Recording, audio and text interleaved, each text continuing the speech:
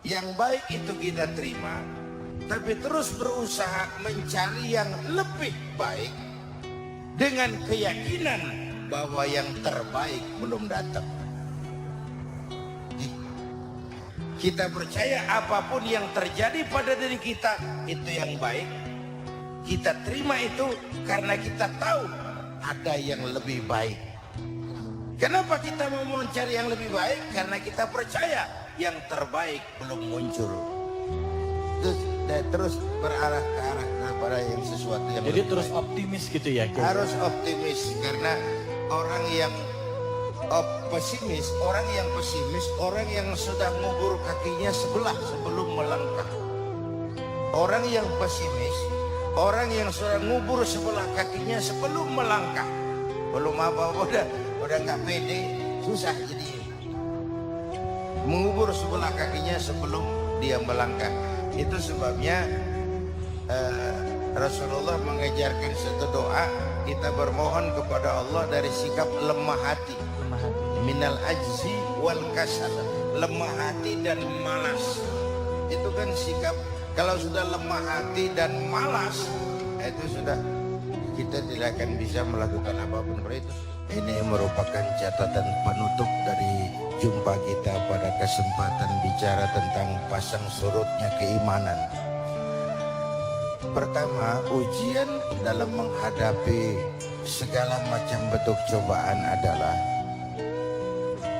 syukur dan sabar.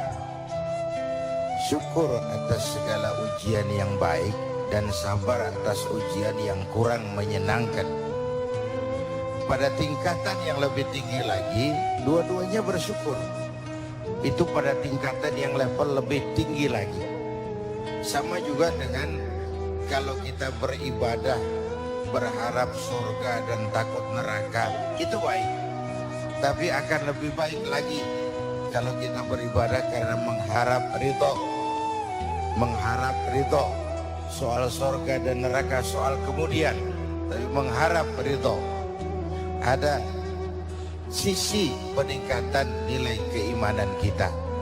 Oleh karena itu, pada kesempatan ini mari kita merenung tentang harta kita yang paling berharga, yang namanya iman.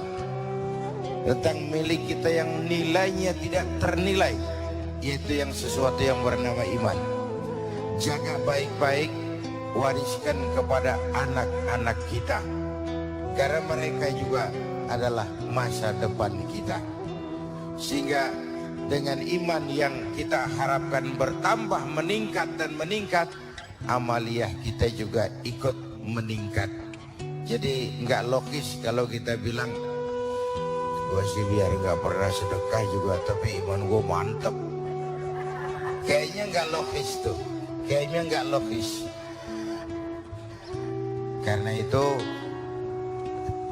indikasi iman meningkat, amaliyah kita juga ikut meningkat.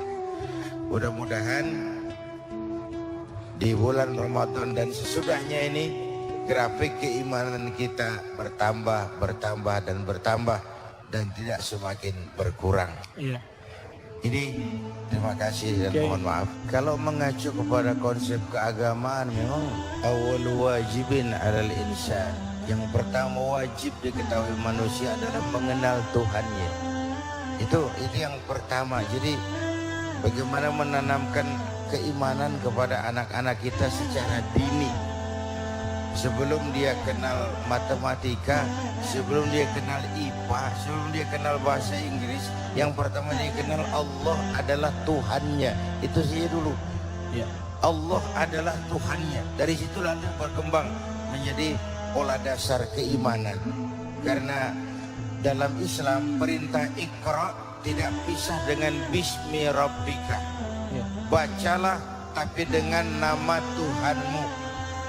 Ilmu pengetahuan harus dilandasi atas dasar keimanan. Itu bahasa yang sering saya sampaikan, ibu mendingan mana? Punya anak pinter tapi kagak bener, sama punya anak bener tapi kagak pinter. Ayo, mendingan mana? Bu, yang mana bu? Yang paling mendingan mah punya anak biar pinter asal bener. Ya, biar pinter asal Benar. supaya pinter anak sekolahin. Anak sekolahin. Gelang doang digedein lu. Supaya pinter anak sekolahin. Bapakmu coba taman SD nak, kau sarjana. Bapakmu coba jadi RT, kau jadi camat. Anak-anak kita harus lebih baik dari kita. Supaya benar iman tanamkan di hatinya. Mulai sejak dini. Ini salah satu upaya menjaga stabilitas iman itu tadi saya katakan dengan jalan tafakkur.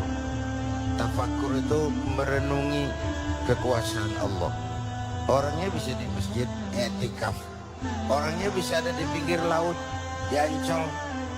Dia lihat laut terhampar luas biru. Jangan ngomong di pinggir laut. Sih orang Umpamanya. Atau enggak ke laut di kaki gunung.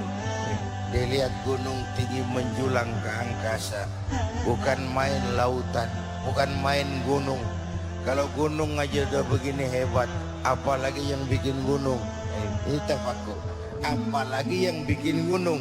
Dia nggak puji gunung, dia puji yang bikin gunung. Bukan main otak manusia, bikin komputer begini-begini hebat. Kalau yang otaknya aja begitu hebat, apalagi yang bikin otak. Allahu Akbar. Dia nggak puji otak, dia puji yang bikin otak. Ini tafakkur namanya. Bisa juga di masjid etika, perenung, nggak baca apa, mulutnya diam aja cuma hatinya Allah, Allah, Allah, Allah.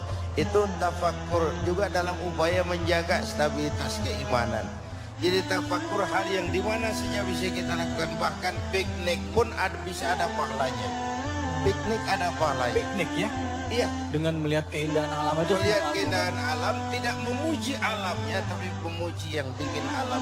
Bapak Ibu dan hadirin, mari kita berdoa. Kita awali dengan Fatihah. Semoga ibadah Ramadan yang sudah kita kerjakan diterima Allah. Yang masih akan kita kerjakan diberikan kekuatan zahir dan batin untuk dapat kita laksanakan dengan sebaik-baiknya. Ala hadhiniyah al-Fatihah. Bismillahirrahmanirrahim. Alhamdulillah Rabbil Alamin.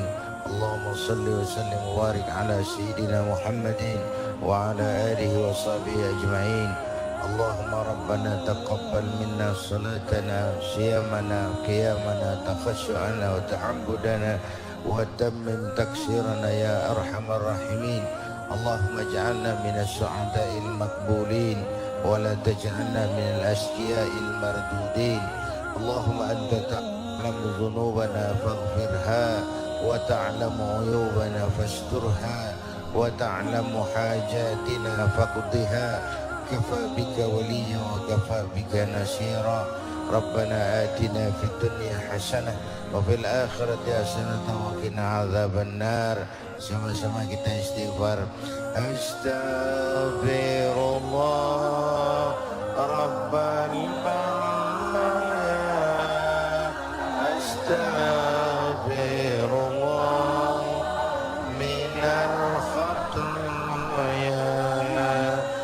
أستغفر